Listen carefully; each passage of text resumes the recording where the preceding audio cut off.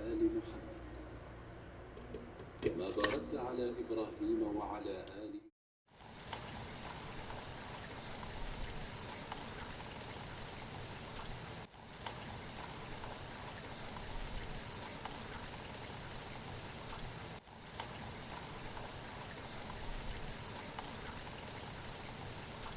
من ربكم وشفاء لما في الصدور فتهتدي ألقنا ذلك.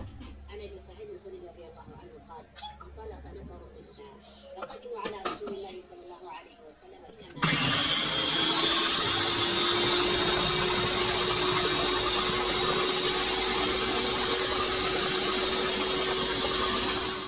والتجديد وكونه صالحا لكل زمان ومكان.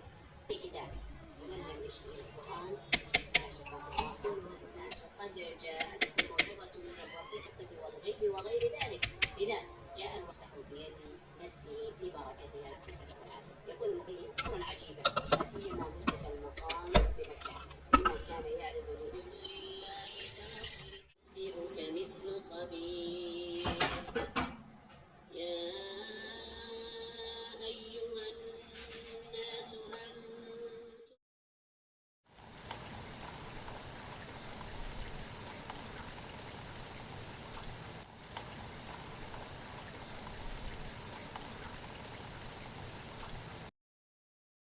ومنهم سابق بالخيرات بإذن الله، ذلك هو الفضل الكبير. جنات عدن يدخلونها